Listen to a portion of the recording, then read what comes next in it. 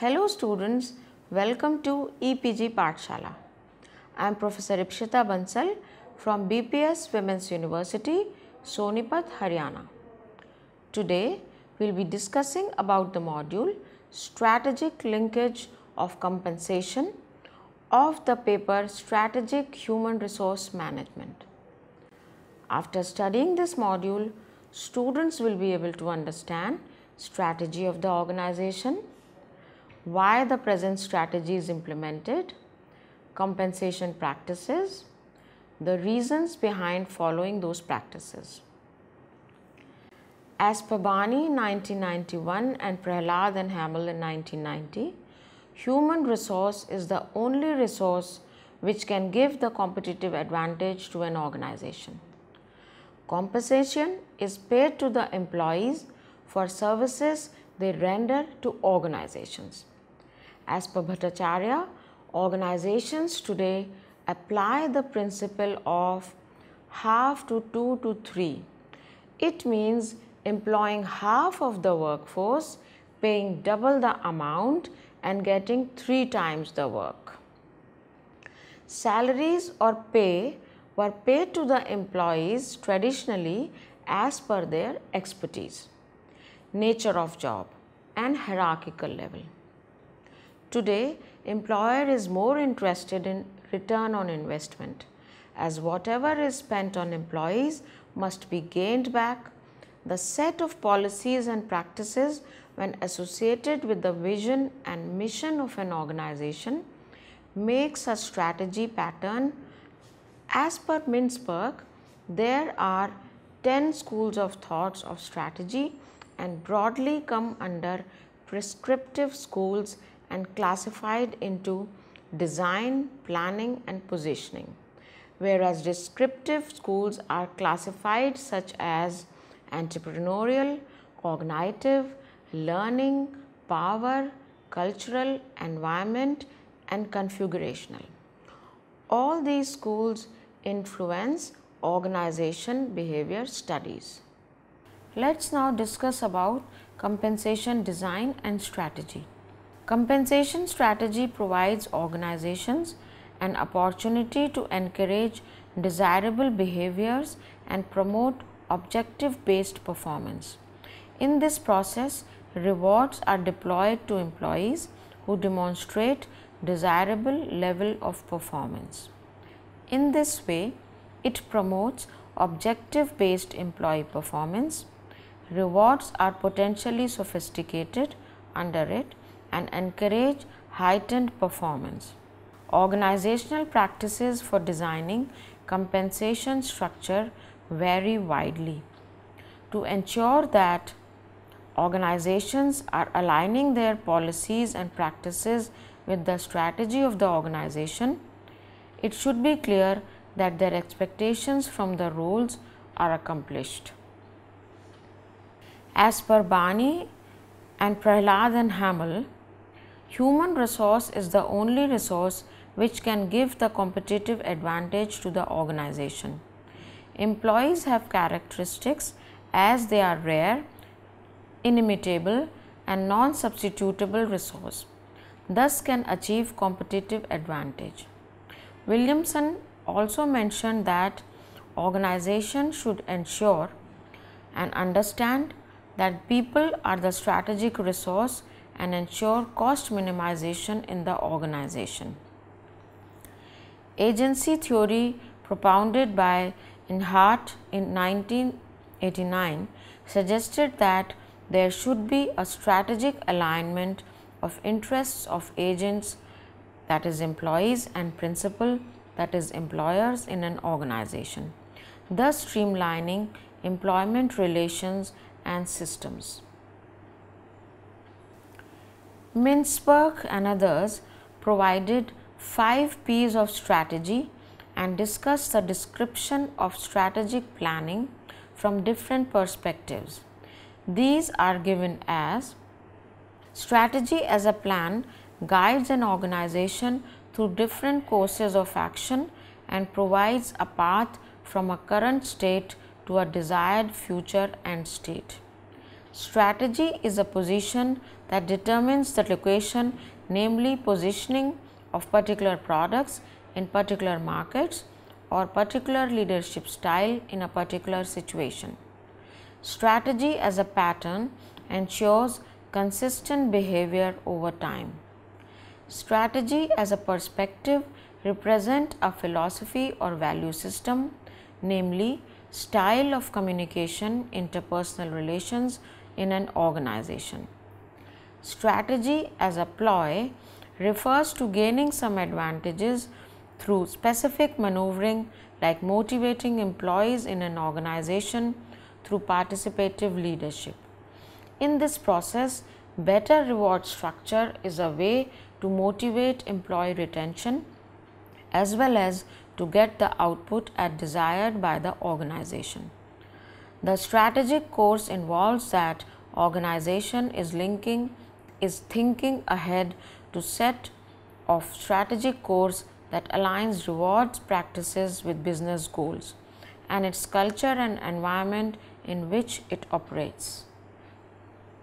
It shows reward strategy with how it is vertically integrated, deterministic and unitary.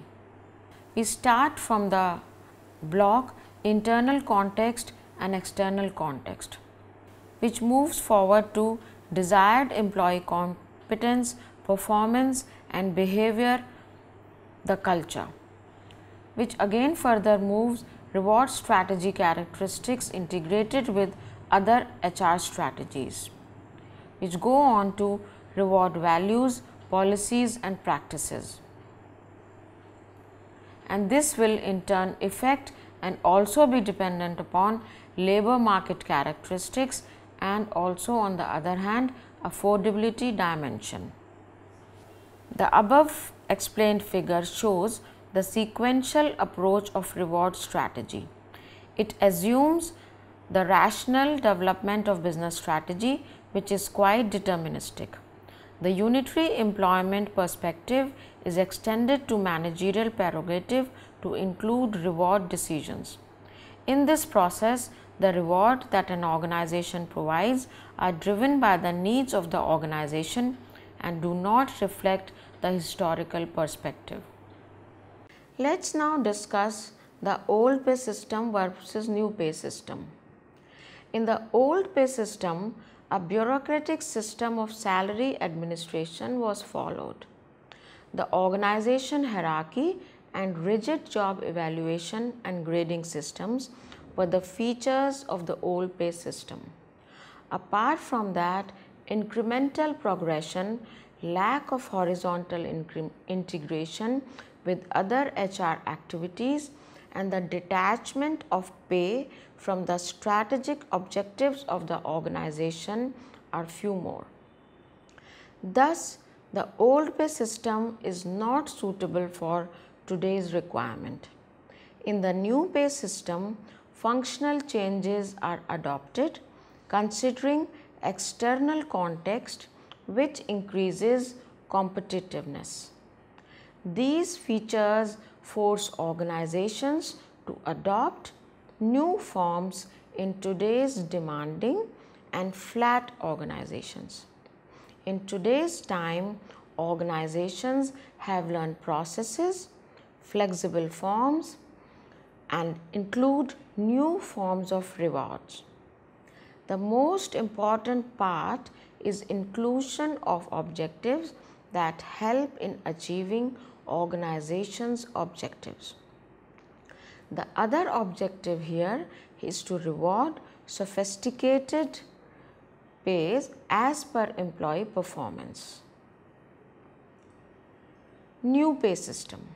New pay system fits well with contemporary HR practices that seek to reward individuals in line with managerial perceptions of their worth to the organization.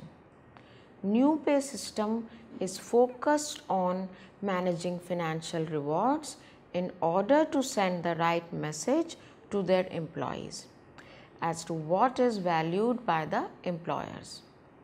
The values are communicated in general in the form of flexibility, performance and corporate values. New pay system functional changes are adopted considering external context, which increases competitiveness. The emphasis here is rewarding contribution rather than seniority or status. The two key reward themes are a connection between employee pay and employee performance as a variable incentive linked to the corporate objectives through a performance management process, and second, a market related approach to pay and benefits to reflect the commercial worth. It may be the employer alone who takes all the decisions, or in another context, employee is also consulted in the process of co-determination. Unions do the same tasks of solving the day-to-day issues in the sense helping in co-determination of pay-related issues. Decline in collective bargaining is largely confined to the public-private sector. 11% organizations reflect higher level of union membership, and pay is co-determined by over 3/4 of the organizations. 182 in private sector scenario, unilateral pay determination is more common form of pay setting arrangements. Performance expectation can be understood as defining goals and objectives that employees tend to achieve in a given time frame. Traditionally, goals and objectives are understood as quantitative targets. But in today's times, most of the companies give both quantitative as qualitative targets. While setting objectives, it is important at the first step only to decide the proportion of quantitative and qualitative objectives. For example, if the goals for CEOs are to be set, then qualitative objectives will be given preference over quantitative goals in overall structure of objectives. Example, restructure the company to emphasize core business can be one objective. Quantitative objective may be a subset of the target as must be defined next. In this case, a goal might be to express the quantitative target in sufficient detail to determine the extent to which it was or was not achieved. Let's discuss now about linking goals and objectives.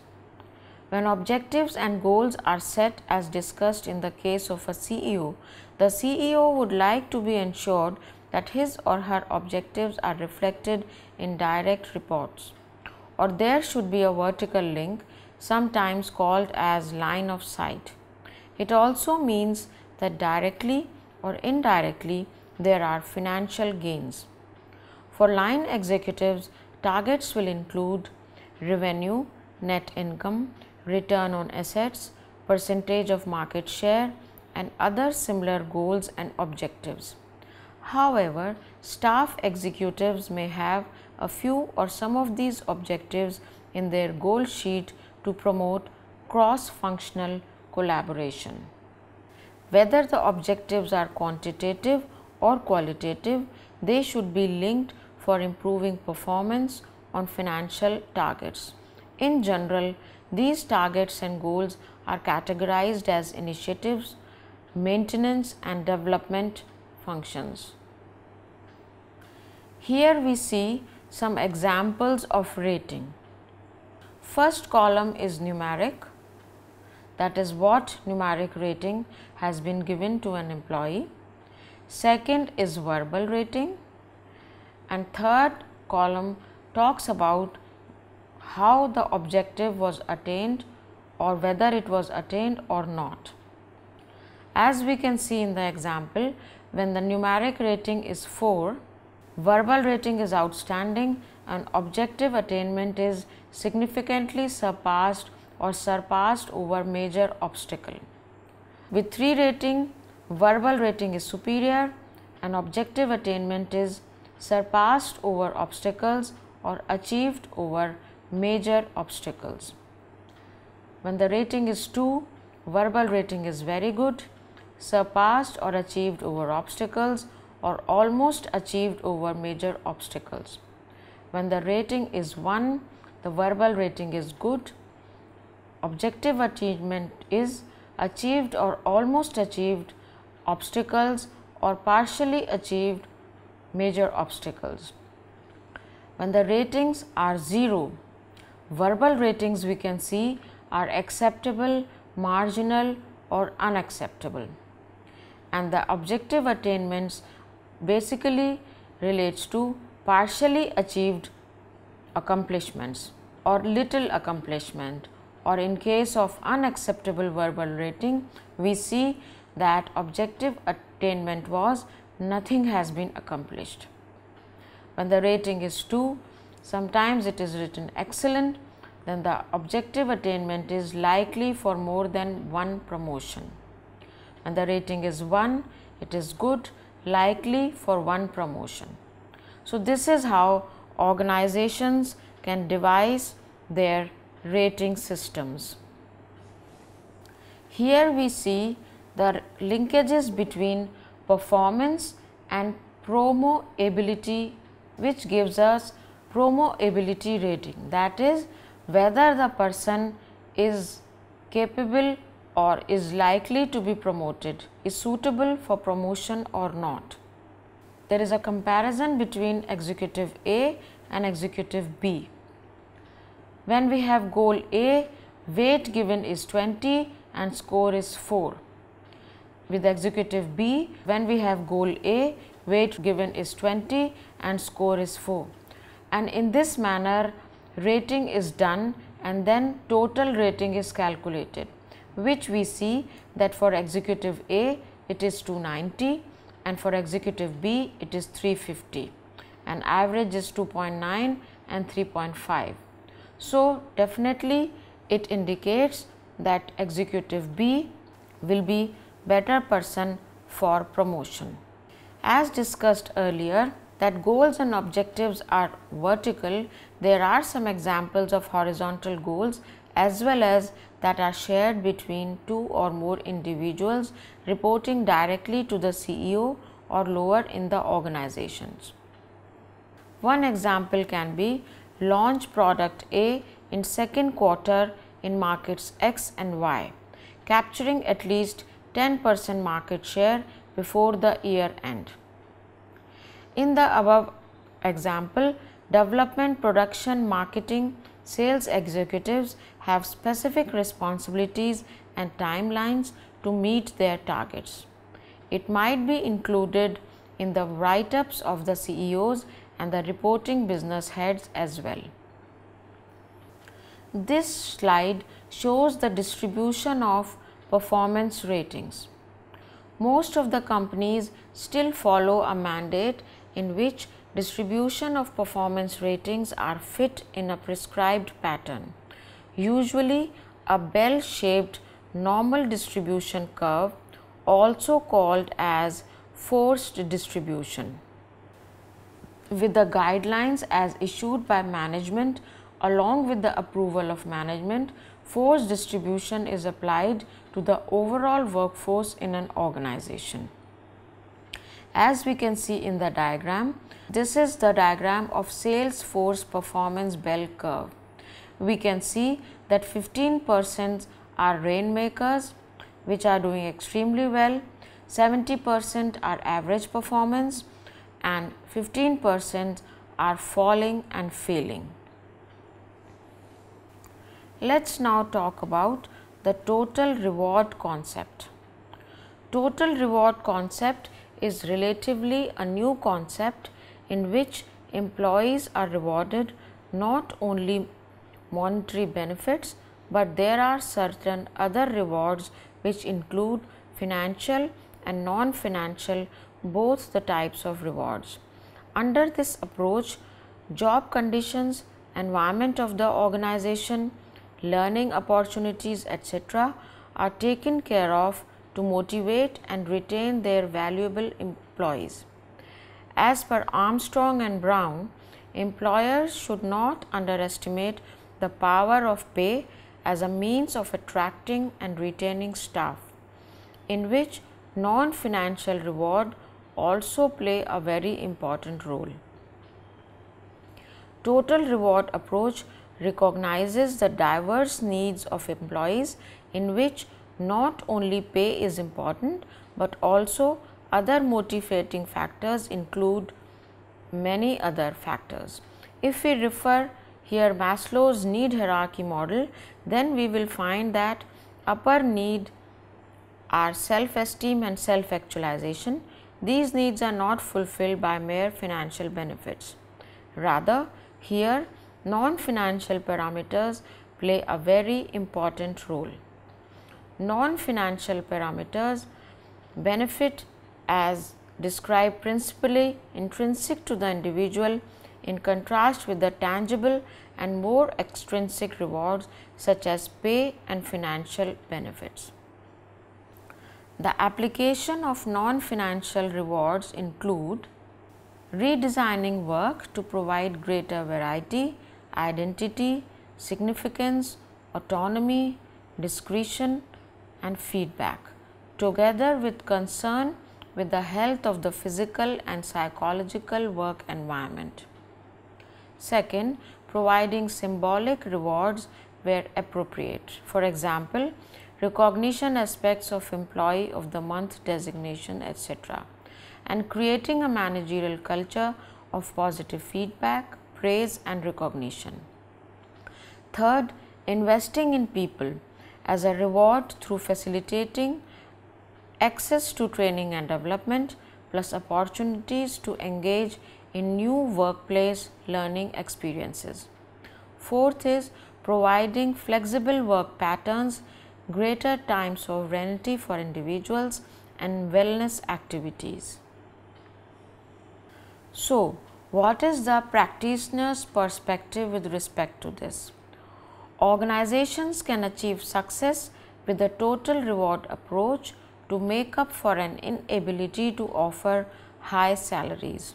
The Eden Trust has pioneered a range of innovative benefits, including on-site yoga, etc. High performing employees are nominated for one-off bounces, vouchers for shop or a one-to-one lunch with Eden's chief executives.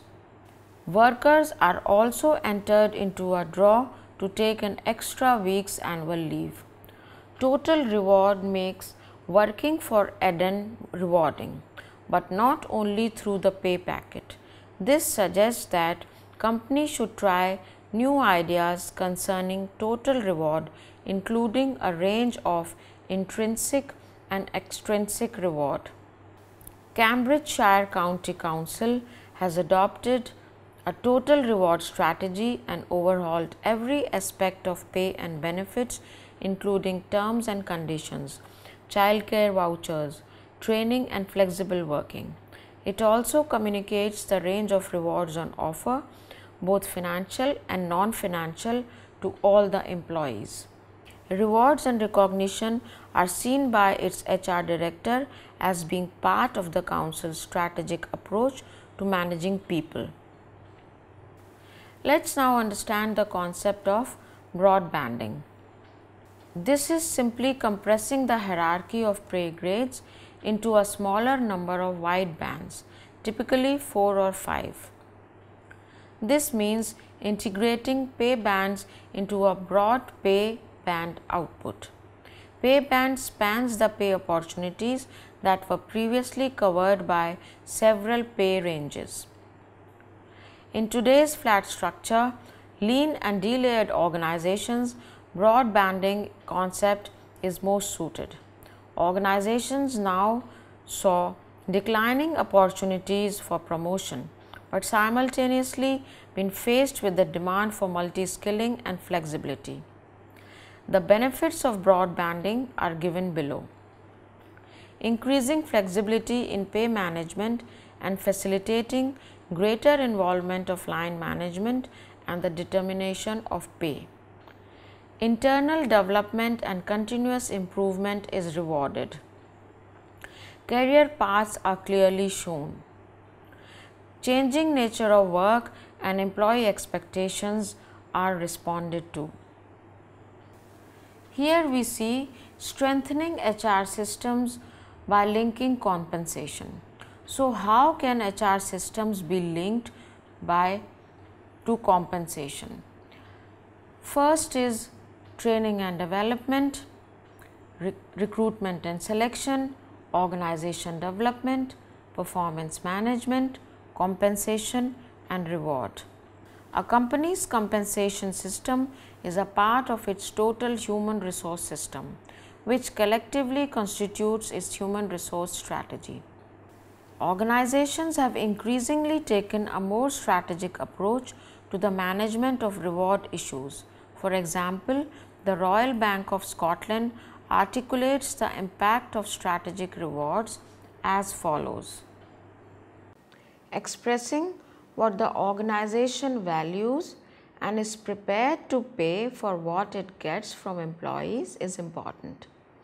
Providing a sense of purpose and direction, integrating with business and HR strategy, valuing people according to their contribution is important. Being driven by a total reward philosophy, Textron uses reward to support a strategy of employees' flexibility through skills-based pay. Whitbread Beer Company and Vazal both use rewards to encourage initiative and innovations. Organizations have identified specific competencies such as customer service, effective communication, and working in a team. So, students, let's now summarize what we have studied in this module. Employees' performance combined with experience is the basis for determining the rate of movement through this structure. In the present module, strategy of the organization is linked with the compensation practice. In this module, focus was given on the prevalent practices as well. Thank you.